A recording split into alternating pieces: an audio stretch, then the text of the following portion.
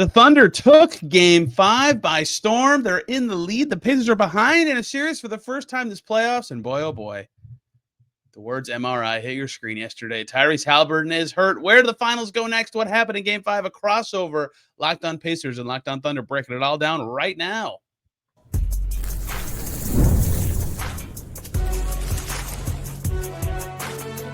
You are Locked On NBA Crossover, part of the Locked On Podcast Network. Your team every day.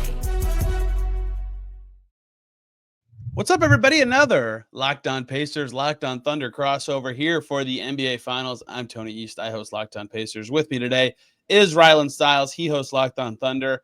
So much to unpack as the series shifts back to Indianapolis for the second and final time of the finals. Can the Pacers get this back to Oklahoma City? Is it over? A big injury looms to talk about. Game 5, one of the more dominant in the end performances, although it did get a little close in the fourth quarter.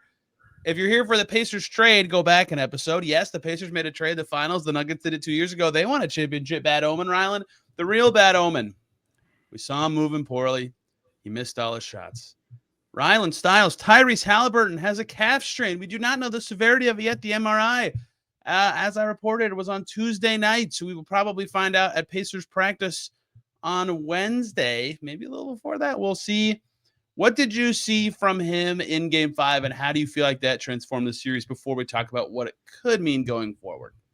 Yeah, I just thought that he looked extremely uncomfortable and passive in a bad way. Obviously, you want Tyrese Haliburton, who's an excellent playmaker, to be passive, but he wasn't passing to advantages for his teammates. He was passing from his heels, really just looking to get off the ball. And this is a guy who, in my opinion, whenever he's had the most success this series, has been getting downhill. And that opens up both some tough rim finishes. You've seen him pull off some impressive reverse layups and conversions at the rim, but also opens up his passing lanes to find open shooters and to help the Pacers offense really get into a flow state. And in game number 5, he just couldn't do much of anything. And I think that it was because of his physical limitations, and it wasn't at all really due to his skill set. It's just, he's clearly playing hampered, and this is a storyline that's been brewing, since game 2, where he was limping off the podium whenever the Thunder tied up that series, and he went on to have, some of his best games since game 2. And then, of course, the game 5 dud in the box score. But, you have to give him credit for gutting it out, but I think that it was pretty telling after the game that you have more insight on. Of just Rick talking about the conversations that they had to have at halftime about whether to take him out, whether to leave him in. Clearly, hat tip to Halliburton for wanting to keep playing. And after that game, why I think that we might find something out at practice and otherwise they could have sidestepped it was after the game, it felt like they were both pretty adamant that he's going to play in game 6. And now this comes out to where if they at all back off of that, then perhaps we do know what the case is with this injury, but it just sucks. And I think that Halliburton just the thing that it changes the most is his ability to get downhill, which really hampers how he can be effective. Yeah, I thought the thing that was most noticeable in Game 5, I already talked about on this show a little bit, is the ability to change direction with the ball and on the move. Like the play I keep talking about was like one of his first attacks of the third quarter. He got in the lane, he tried to pull out of the lane, and he just turned around and just stopped. Right, and we've seen him in the playoffs on like 2 of his signature shots run all the way out to the three-point line. This time he just threw it to a teammate, and I was like, oh man, like he couldn't turn around and keep moving. And for a guy that jump passes, fadeaways, like a lot of his stuff is on the move, requires movement and changing of directions to be effective. And so they kind of planted him in the corner and like, oh, TJ McConnell's coming in a little earlier in the second quarter. Oh, he's coming a little earlier in the third quarter. These are not good signs. It was very clear that it had a basketball rotational seismic impact on them. He was in the game when they cut it to 2. Like he wasn't useless by any means. Lou Dort was still like, I'm going to guard you away from the play, but clearly hampered. And now you wonder, I mean, I think it's obvious if this was just any other game, he would not be playing, right? Which does suggest some level of the severity, but we'll see what the grade is. Like one of the PTs I know said if it's grade 1 or 2, I would guess he would play through it. And if it's grade 3, he won't. We'll find out again more probably the day that you guys are listening to this. In fact, there's a chance we already know, but that's where the series goes next is. I don't know how you feel, Rylan, but like going into game 5, I don't know if he re-aggravated it in game 5. He was already bothering him in game 5 because we've seen him with the tape on there, right? Doing treatment before the games, all that stuff, right? Legs in the ice after the games, all that stuff. But going into the game, no one had this idea that he was going to be that limited due to injury. And throughout the game, the Thunder and specifically Lou Dort were guarding him like he had been awesome the whole series. Now they know that he might not be awesome. So one, this changes things because we know going into the game, Tyrese Haliburton is not going to be 100%. That can change the way the Thunder defend. If he doesn't play at all, that's a different discussion. We'll touch on that at the end of this, but that alone changes your points of emphasis as a Thunder defense. It makes it that much harder for the Pacers and their secondary creators who will have to rise in the ranks of the creation ranks to be better. And so that is just a huge battle for the Pacers to be fighting, even if he is playing. They can't win, but it's way, way harder. Yeah, it does change some things for OKC. It makes some things easier in terms of decision-making, especially in the pick and roll against Halliburton, where it's like, you're not going to have to blitz him as hard. You're not going to have to hedge as hard on the other side of the screen. You can just simply go under screens even because you feel like, you mentioned his change of direction. I think also it's hurt his, acceleration and deceleration, in the sense of just the tempo that he plays with, to where Lu Dort is skilled enough as a screen navigator to attack the outside hip of the screen setter, get underneath the screen, and then recover onto Halliburton before he can launch a three. And we know his limitations getting to the rim now with this injury. So you can pretty much just put Lu Dort on him alone with no additional help whatsoever. And that leaves more talented defenders to stay home and to try to fluster Indiana's offense whenever they usually can create advantages in the pick and roll, because usually the Thunder are going to have to either switch or blitz him off the pick and roll and then show and recover to their man. And in this case, I don't think that they're going to send a ton of extra bodies at him. It's just going to be Lu Dort fighting through everything to stay with them, or Cason Wallace even could take his turn at it. If you don't feel like Halliburton can get into the paint, you can just have Cason be around Halliburton and do that same role with Lu Dort, matching up with somebody else. So that opens up one of your best, if not your very best, perimeter attack defender to go elsewhere. If you're Oklahoma City, it just opens up a lot for this Thunder defense and makes life even harder for the Pacers to game plan.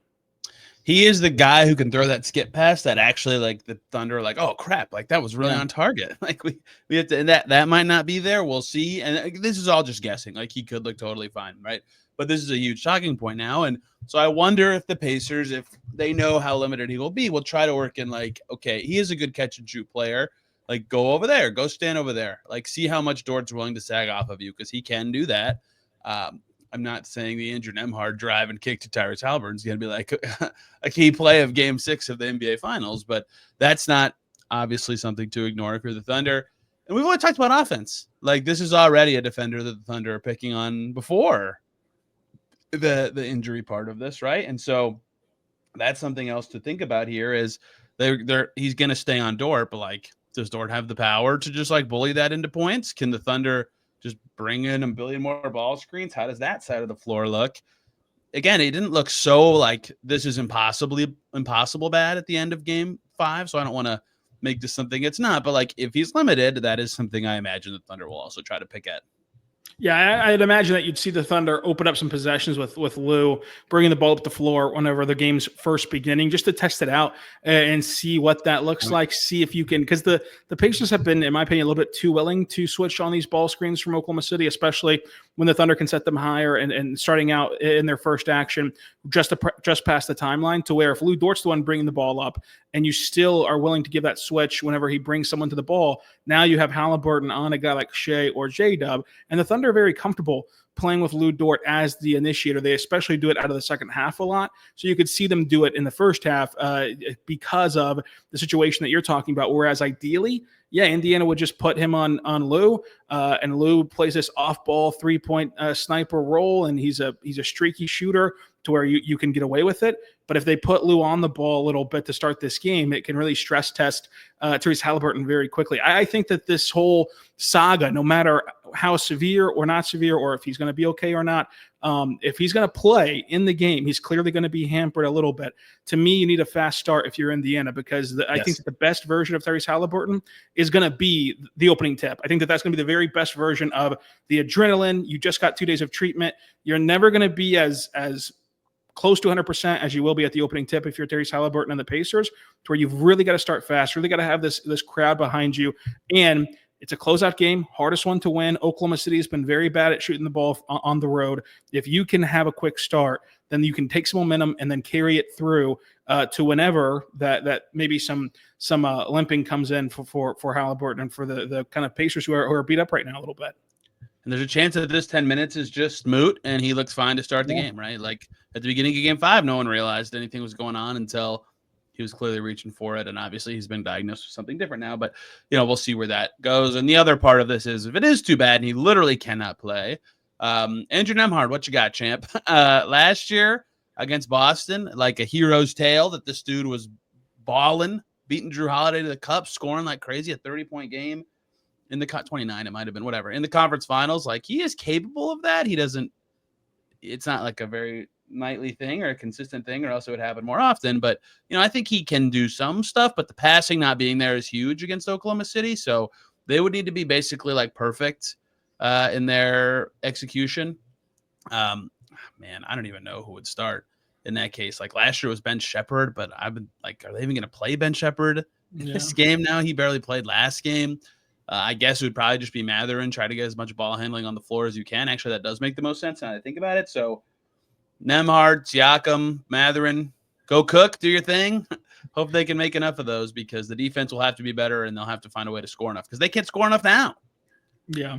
That's all I got. They can't. I mean, and you look at the Pacers, whenever the opportunity comes, because whether Halliburton plays or not, they're going to be in a position where he's not on the floor. Like, your hope would be that Lou Dort's a guy who's an excellent defender, and there's nothing you can take away from Lou as a defender. But just like an offensive, we think of this typically as offensive scores, but it does work in Lou's case as a defender, where the more he sees you, the more he plays against you, the more comfortable he is with your tricks and your antics, and you can kind of surprise him a little bit whenever he's first matched up with you because he's such a guy who is used to a certain archetype, who's used to a certain player that he's matched up with, to where you have a huge body of work of what they like to do on the ball. You have a huge body of work of how they like to score.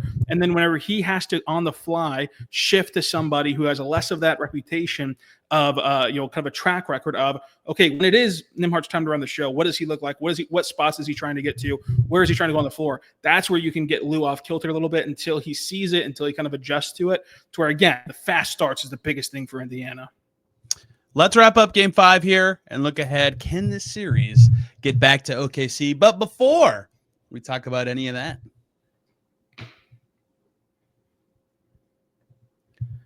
need to tell you guys about the great people over at Game Time. There's nothing like the NBA Finals, the intensity, the buzzer beaters, the fans losing their minds, great crowds. It's the kind of atmosphere you must experience live. This year's matchups have been delivering. If you want in, Game Time makes it fast and easy to get seats, even for the biggest games. Prices on the app drop closer to tip-off, and with killer last-minute deals, panoramic seat views, and no surprise fees, it's a total game changer for the ticket buying experience. You can see your seat view before you buy, so there's no surprises. It's ridiculously simple. Just 2 taps, and you're done with their Game Time guarantee. You know you're getting the best deal. If you find a better price in the same row and section, they will credit you 110% of the difference. In the NFL, here it comes. You can find great seats for as low as $100 thanks to their exclusive discounts. Their Game Time guarantee, you know it's 100% authentic, on time, for the best price. You want to get NFL seats, now's the time. Go watch the Colts. Go watch whatever people like in Thunderland. The Chiefs, probably. They're really good. Take the guesswork out of buying tickets with Game Time. Download the Game Time app, create an account, and use the code LOCKDOWNNBA for $20 off your first purchase. Terms apply. Again, create an account and redeem the code LOCKEDONNBA for $20 off. Download the Game Time app today. Last-minute tickets, lowest price, guaranteed. Back here crossing it over on Locked On Pacers and Locked On Thunder. Thanks for making us your first listen today and every single day. Locked On Pelicans, your second listen. They made a trade with the Pacers. Or Locked On Suns. What the heck is going on with Kevin Durant? This time, there's an update every single day. I love updates about updates about updates. It's so fun. Hopefully he gets traded soon and I don't have to hear about it anymore. Okay, Rylan, was I correct? Is the Chiefs the team that everybody likes in OKC? The Cowboys? Yeah, I would say it's split. Oklahoma City and North would be the Chiefs. Oklahoma City and South would be the Cowboys. Let's talk about Game 5.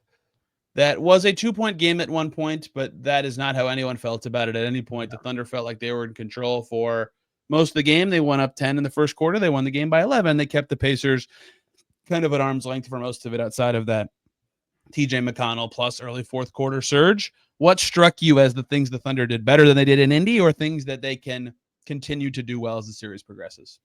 I think that this was a carryover effect from the fourth quarter of game number 4, where the Thunder finally looked like themselves defensively. They did so in the fourth quarter of game 4, holding Indiana to 17 points. They did it for a sustained game in game 5. And I think that's really one of their first games this series of playing a 40-minute game of their brand of defense, creating turnovers. And this was the best job that they've done all series long of capitalizing off of those turnovers, and they still left opportunities on the table. Alex Cruz had a few wild attempts at the rim that could have been easy points for OKC. They also had a kind of feel it out portion where like they almost tried to make up for all of the bad transition opportunities all in one possession, to where they didn't understand that, hey guys, you don't have the numbers here. You got the live ball turnover, no numbers, pull it out, get reset. And they tried to just hit the pedal to the floor, and that cost them some points there. So like they can even get better in their transitional looks, but this was by far the best that they've done, capitalizing in points off turnovers and capitalizing on live ball turnovers, especially in the fast break. So those two areas were massive. And then you got the 40 burger from Jalen Williams. J-Dub had the best game of his career, and he was able to really get downhill at the cup and play with offensive force, the likes of which that we haven't really seen from him, in the sense of putting it all together. This was a game that it wasn't as though Jalen Williams just completely took over from a usage standpoint, from a ball stopping standpoint. All of these buckets came within the flow of the offense, even whenever he was on the ball, but especially whenever he was a cutter getting to the rim. But he put it all together as a player who understood how to use his frame, which is one of the best frames in the NBA for his position in strength, to get to the cup and finish through contacts and get to the free throw line, which, if you look at this final series, his free throw attempt numbers would be his career best. And kind of he's been able to unlock that part of his game, the missing piece. And that's what makes you a great scorer. You know, if you wanted the difference between the 25 to 30 point per game mark, it is about getting to the free throw line, and he's finally coming around on that side of the floor. But then Chet Holmgren, going back to the defense, Chet was awesome. Their big three showed up, and Chet didn't do it in the points category, so it's not as sexy. But how many plays did Chet Holmgren make defending in space that really saved this game when that stretch was coming? When those couple Pacers runs happened, he was there to pick guys up in space in the half court. The play he made, deterring a shot in the mid paint, flipping his hips, blocking shot at the rim, coming off of a broken hip on November 10th is spectacular. And that's kind of what happened. I mean, the Thunder got their game from their top three guys, plus a bench guy. Indiana didn't get anything from most of their top guys. Siakam was fine and good. TJ was good, but they didn't get anything from Halliburton because of the injury. I'm not bashing Halliburton. It's just, that's kind of the plain and dry what happened.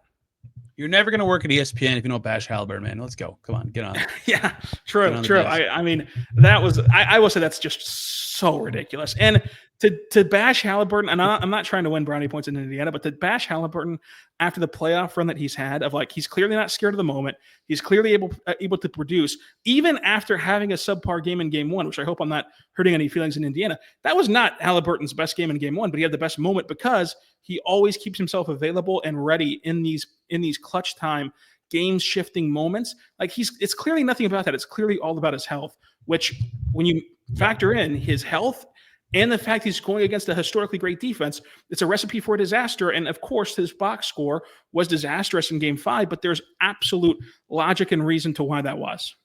So the things you said about game 5 that were also things I thought were huge. The defense continues to be a problem. And like, we knew this, we've talked about the points of the paint stuff and the turnover stuff, but I asked Pacers players about this and they largely agreed, which makes me feel better about it. That was the first time the whole playoffs that I've been like, oh, they got sped up. Like, they were playing too fast, and that's so unusual. And that manifested in bad shots or passing out of good shots because they're thinking so hard about making the right play, or like what was going on with Siakam's hands early or Nembhard's hands late, like the ball's just flying all over the gym. And that's rare. The Pacers being out of tempo that direction almost never happens, and that's full credit to the Thunder, who are playing such a strong defense that the Pacers are strategizing how to beat it. Like, they're not like inept, but they're thinking so much that they're not comfortable. And in this case, they were thinking about playing fast, and it made them look slow and ineffective. So they need to settle in, and that's hard to do. It's the finals, right? Like, you got to find a way to calm down. And they did as the game went on. This is the second game of the series, game 1 being the other one, where I felt like as the game went on, part of their improvement was just like taking a deep breath, but they dug themselves a 10-point hole and an 11-point loss in the first quarter. Like, that's a big part of the game, right? So they can't get off to those slow starts. They've got to play their tempo early against this very, very good OKC defense. Like, the line is the same. This is the whole playoffs. They're undefeated when they reach 110. They have not won a game when they don't. They hit 109 last game, so it holds barely. Yeah. They would not have won if they hit 110, but still, it makes it funny for a good stat. The other part is J-Dub, who since game 3 has just been kicking their butt. I mean, game 3, they lost. The Thunder lost. And you and I talked about him and these funky cross-the-lane floaters that were going on. I was like, what is this? What are these shots? And he just continued to get better and better. Neesmith's had trouble with him, and the whole Pacers have had trouble with him because he's not just like cooking Neesmith over and over. He's doing the stuff you said, the cutting, these random shots like away from the play. They're like floaters in the paint, but I'm like, where did he come from? What is that shot? How did he end the third quarter with that? Just huge baskets over and over again. And Shea's already enough of the thorn in their side to have another guy be this good. Is like, oh gosh, like that was the first game of the series where I was like, okay, the Pacers defense has not been good enough. Like I felt like in the first 4, their defense gave them a chance, even though they only won 2 of them. That was the first one where I thought, even if their offense was better, which again, go back to the 110 number, they would not have had a chance, right? So those are the 2 things that I think in game 6, if J-Dub's that awesome again, or if the Thunder defense gets the Pacers out of their tempo, especially early, like you mentioned, Halliburton's best minutes might be early in the game, they might just be toast, right? They've got to solve at least one and likely both of those problems. And turnovers obviously are a part of the getting sped up thing because everybody's been talking about how many turnovers. It's crazy. Yeah, I think that when you look at this game, it's like the Thunder also shot the ball better than they have in this series. So like that played a part in it. And part of that was J-Dub as well, of capitalizing on catch and shoot 3-point looks that just weren't going in earlier in this series. And so you got the Wiggins catch and shoot game from 3. You got some triples from Case and Wallace, which has been a non-factor in this series offensively. So those things on the margins turn for OKC on top of the massive things that happen. And to your point, that they were sped up. And I think that being sped up for Indiana was the difference because when they got it down to 2 points, what happened? 4 straight turnovers. Just like, relax. If you just calm down and don't turn the ball over 4 straight times, like you can not only tie it and take the lead, but you change the entire dynamic of this game because you felt it. Like the energy in the building completely shifted. It was like, oh, here we go again. It's a repeat of game 1. Whenever they cut that to 4 and then 2. And what did you say? Don't leave the door open if you don't want visitors. That was a good bar. Don't leave the door open unless you want visitors, Tony. And they left that door open for Indiana, and Indiana didn't give them time to themselves time to bust through it. I mean, they just kept. They were a solicitor, not a visitor in this case, right? Yeah, they were a solicitor with a no soliciting sign on the door that they just stumbled over themselves and ran back away from the beware of dog sign. It was just not a great night for Indiana in that regard. That was a good pun. Don't people bark for J-Dub? Yeah, people bark for J-Dub. I'm glad you caught that. That's a joke that it can only work on Locked On because we actually travel to the games for this finals. I did not realize that was a thing that they barked. I'm glad people got to see it on TV. I don't know if you could hear the crowd for the starter introductions, but the Lou and the barking are quite impressive. Do we need to chant MVP when he already won? Can I ask about the technicality of this? Yeah, well, it's interesting because now you're hoping that he wins another MVP. So it's like, do Jokic fans still need to chant MVP whenever he's at the line? Like, we were in MSG for the conference finals, me and the other indie guys, and I'm sitting next to them during the game, and they're chanting MVP with Brunson at the line, and I'm like, okay, during the regular season, I get it. It's like they gave the award already. Yeah, like what are we doing? It's like I guess you could say that they're trying to win Finals MVP. I don't know. I know the spirit of it, but I'm like, and it's like he is. Technically, there's no better time than now to chant MVP because he actually is the MVP. So spin zone, Tony, you're wrong. You're out of your depth on this one. This is the only time to chant MVP when you actually have the MVP award. Yeah, it's a propaganda tool. That's what you're thinking of it. I guess. Can the Pacers get this back to OKC, Rylan? We will discuss that to close out this crossover. Locked On Pacers and Locked On Thunder.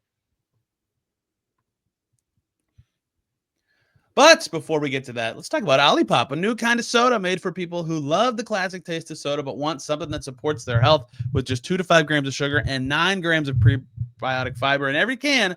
Olipop is reimagining soda in a way that's better for your gut. Traditional soda is loaded with sugar, 39 grams in regular Coke, 44 grams in Orange Fanta. Olipop flips that script, just a fraction of the sugar, no artificial sweeteners, and gut-friendly ingredients like OliSmart, a blend shown to support digestive and overall health. Soda that tastes like the real thing, but actually does something good for your body. If you've been paying attention on YouTube, you could see me sipping on my crisp apple Olipop this whole time.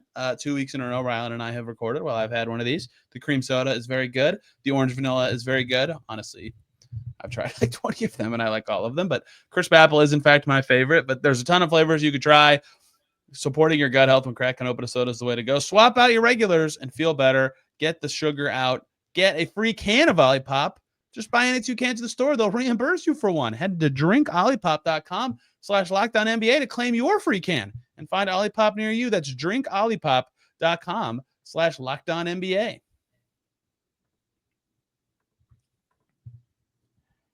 Back here on Locked On Pacers and Locked On Thunder. Thanks for making us your first listen today and every single day. Locked On Grizzlies or Locked On Magic for your second listen. Desmond Bane's in the Eastern Conference. The talent is finally flocking from west to east. The For as much Magic talent as Desmond nasty. Bane is, yeah.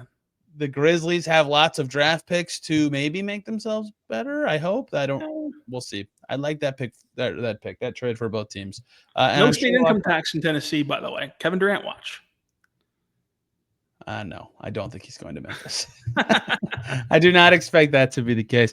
Let's wrap this up, Rylan, today. This is the big question. This is the first time the Pacers have faced elimination this playoffs. Last year, they played the Knicks. They were down 3-2. They won at home. Then they crushed the Knicks in MSG, famously setting the playoff record for shooting percentage into Game 7. You just never know with this stuff. Tyrese Haliburton's injury certainly makes the you never know a little harder to say. However, it's the finals. As I've said the whole time, you never know how these moments are going to shake guys, what's going to happen along the way. Perhaps the Pacers will be the team that shrinks in the moment. They certainly did not look like themselves to start Game 5. I bring this up to say, can this get back to OKC? Because a Game 7 in the finals, you really, really never know what's going to happen. It absolutely can. And I know that Halliburton's injury puts a damper on Game 6, but the reality of the situation is, like, the Pacers have been the best three-point shooting team in the NBA in this playoffs, and the Thunder have been the 13th of 16 playoff teams. Like, they have not been a good three-point shooting team. They've not shot the ball well on the road. And Indiana, it just takes one shot variance game to push us to a Game 7, in which you need a second shot variance game to help you win Game 7. But in the sense of just getting to the Game 7, could you see a world where, like, and you know, this is the special thing about both fan bases. The deeply rooted understanding of basketball from Pacers fans and Thunder fans, where it's like when the Thunder were on the wrong side of a run yesterday, the fan base kind of encouraged them back and kind of didn't show, the sense of worry that you would feel in that moment. And with the Pacers fans, you know what I'll give you? It felt different than Game 1, where in Game 1 there was some intensity, and I think the fact that the Thunder closed out Game 4 made the crowd like more confident, because I didn't feel that same intensity in the building for Game 5. Yeah, and it's like, in Pacers fans, they're going to be rowdy tomorrow because they understand that, like, this team needs them to help propel whatever is out there, whether it's Halliburton or not, or if Halliburton's gutting it out or not, whatever happens, the fan base is behind them. This is the opportunity that no Thunder player has been in except for Alex Caruso, which was in the bubble. So it's like, even Caruso, was he really ever in a closeout finals game in the sense of the weight of it, of like the weight of like being on the road, trying to win this closeout game? We've seen the Thunder in this situation before, of like they go up 3-2 in Game 5, don't have their best stuff in Game 6, including J-Dub, who had a 6-point game in Game 6 on the road in Denver before coming back and crushing Denver in Game 7, to where it's just like there's certainly a chance. Now, is there a great chance? That is dependent on Tyrese Haliburton and what he can actually give, and we just don't know that. So I hate to cop out, but if you promised me that Tyrese Haliburton was 70% or better, which, again, right now seems doom and gloom. But if he was 70% or better, then yeah, I would say that the Pacers have a really good chance to win Game 6 and have the shots fall in their direction. I do wonder what TJ looks like for the length of a game instead of just like a spark plug option, because clearly he's going to have to play a bigger role regardless of if Halliburton starts or not.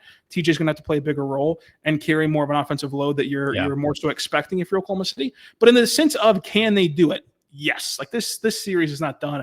This Indiana team is not done. And you can bury Indiana at your own peril, because they've been able to spit in the face of all the detractors all season long.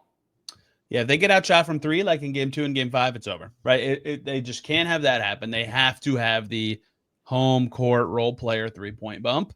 Their bench needs to be spectacular, like it was in Game 3 of this series. I think if Halliburton doesn't play, their chances go way down. But I also signed Drew Nembhard to get the Pacers to crunch time with leads against the Celtics in the Eastern Conference Finals last year. I think the Thunder are better defense than that Celtics team had last year, even though that Celtics defense was awesome. But I saw them do it. I was there. I watched it. They were quite good in those games, even though they won none of them. So that is where they'll miss Halliburton a lot. Is if crunch time comes, that will be quite the change. But yeah, I people have been too doomy, I think, about their chances with him hobbled. I still think that the Thunder would be the favorites, especially with him not at 100%. But the Pacers every game of the playoffs, and they've won 14 of them. Like, absolutely not an over get it back to OKC. And it's so easy to make that speech if you're a coach or if you're a fan talking to yourself. Like, get it to a game 7, and you just never know, right? You just don't know what a game 7 will feel like for anyone involved. The Thunder have played a game 7 this year and won it. The Pacers played a game 7 last year and won it. They won it on the road. The Thunder won it at home. Like, they've gone through that. It's the finals, man. Like, it's just a huge stage. It's super loud. There's media all the time. You just never know. That's the spiel they've got to give themselves. Get to game 7. Can they do it? We will see. If the Pacers win, you will hear from Rylan and I one more time through this series. If not, Rylan, it's been a pleasure crossing it over with you. Where can people in Locked On Pacers land find you and the things you say about the Thunder? You can find me Locked On Thunder the same places you find Locked On Pacers. You can find me on Twitter at Rylan_Stiles, Thunder on SI as well. I think we're going to have another one in us, Tony. I really do. The odds of like the Pacers never losing back-to-back games and then losing 3 straight just don't seem in the favor of Oklahoma City with what they have coming for OKC at home. So I think we're going to be back together. But if we're not, this has been an awesome series, awesome finals, awesome crossovers. Great ball. One of the most high-level basketball series ever, as basketball just gets better and better as a product. I've loved these. I hope we get to do another one or two if we decide to do one after game 7. We'll see. Thank you all so much for tuning in today. You can find me, if you're a Locked On Thunder listener, at Tony R. East and Locked On Pacers, wherever you're listening to Locked On Thunder. We'll be back tomorrow in our respective feeds previewing game 6, the keys, and we'll know more about one Tyrese Haliburton and his injury, his playing status. We'll see if he's speaking tomorrow at practice. I'd imagine that he will, but we will find out. Thank you all so much for listening today. We'll see you very soon.